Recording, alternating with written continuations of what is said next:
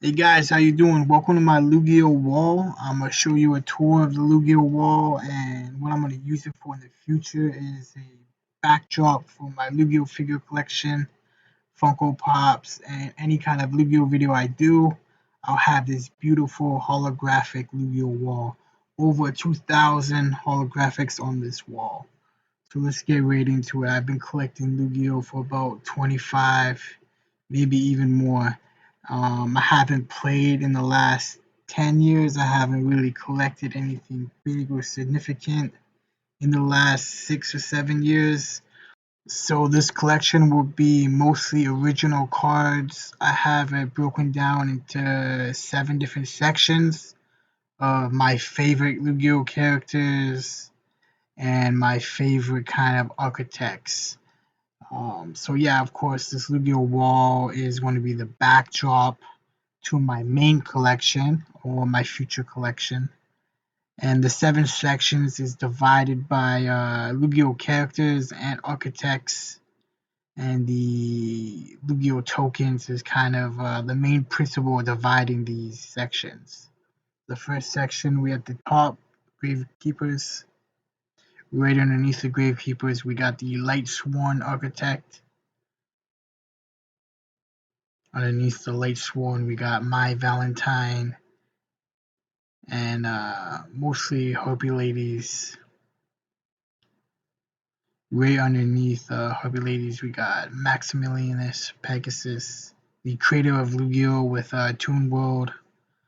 Most of the tunes up to today's date. We got Blackwing. And I think that's it for this section is Crystal Beast and Jesse ending it off. So for the next section, we have the original cards that don't fit in any kind of architect, Regeki, Ejection, Yada, all these beatdown cards. Then we got Joey Wheeler, and he's had some crazy deck changes, Time Wizard, Red Eyes, Jinzo, Warriors. So he's had a pretty amazing collection. Ending that section off will be Burning Anubis. Going on to the next section, we have some original cards with Lugi the Pharaoh, Time Wizard, Sangin, Witch of the Black Forest, Exodia Architect from his grandpa.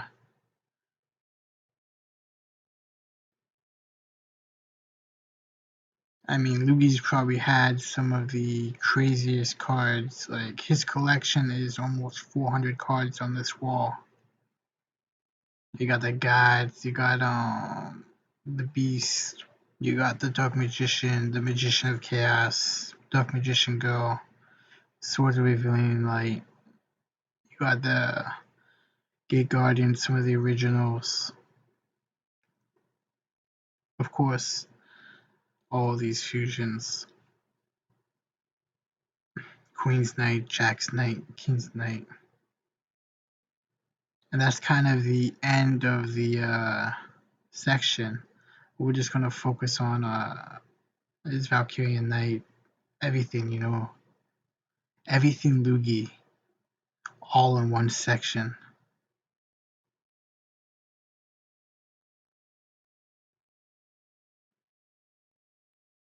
Gaia the Fierce Knight, that was a hard card to get. The next section is the Ultimate Rares, and I have most of my Ultimate Rares in a briefcase I made in high school. I have that video in the description below. Followed by Seto Kaiba, and he's had another huge deck collection.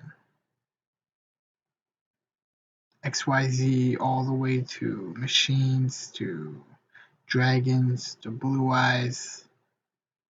the beatdown cards, Cyberjaws, Thunder Dragon. Kaiba's had it all, man, and of course, there wouldn't be no Kaiba without dragons. And that's kind of what the next section is. Underneath Kaiba is all dragons. I have maybe 3 dragon decks. I got the 5-headed dragon deck, the light and dark dragon deck, the level dragon deck. I mean, dragon decks have always been one of my favorites, and there's probably about 5 out of 60 in my collection. The level dragons were one of my favorites. They're in every dragon deck I've had. Then we got the Jaden Elemental Heroes. Starting off his collection with the hero writing, just like Final. We got the Neospatians, we got the Elemental Heroes, and then we got the Jaden Architect, his gods, and a lot of fusions. Probably the most fusions I've ever seen was in the Jaden Architect. And it's been fun collecting Elemental Heroes, man, but they are expensive, they're hard to find, especially if you want the highest rarity. Keep the commons off the wall. It's going to run you a bit of money. Miracle Fusion, that was bringing in another way to fusion. Up to that point, it was always Monster Reborn, Polymerization, but now you can do it straight from the graveyard.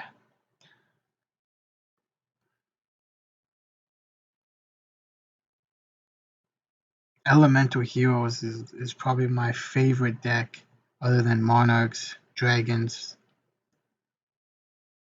6 Samurai, and then underneath the 6 Samurai is kind of like a warrior mash, and then we have the Monarchs. And the Monarchs are very good with summoning monsters quick, so I have them right next to the gods. I have a Monarch beatdown deck, and I have a Monarch stall deck. And the stall deck works perfect for Exodia or God cards, anything that you need monsters fast for sacrificing. And then we got machines, lots of machines. Like the machine architect is insane. You got Cyber Dragons, you got Zane. I have a few machine decks, the Cyber Dragon deck, the machine stall deck, of course, the machine beatdown deck with Barrel Dragon. And then I have a Jinzo wall. I used to be 40 Jinzos here, but I almost have a Jinzo in every deck. I got 60 decks, and he's pretty much in every deck. So I think this wall is now about 20 holographic Jinzos.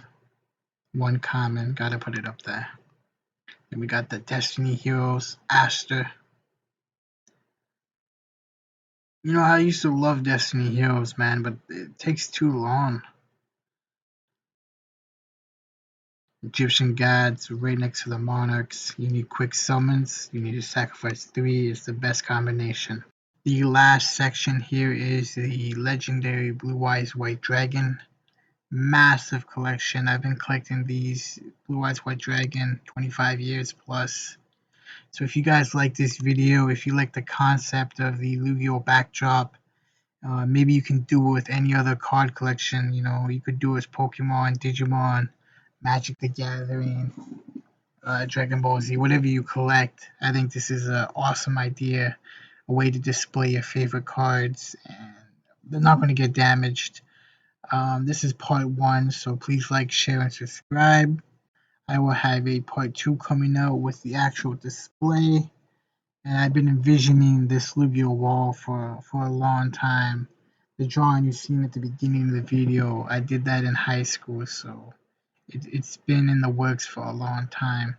I'll do a future video with the breakdown cost. Just the cases alone cost me about 6K. Collecting throughout the years, the value of Yu-Gi-Oh cards up and down, so it's almost impossible to get a direct cost of what it cost me to build. And a lot of times I went to Comic Cons, I've opened boosters, I've opened packs, I've hunted for the cards. It's been a wild ride, and this is just the beginning of my Yu-Gi-Oh collection, the backdrop, the biggest Yu-Gi-Oh wall in North America.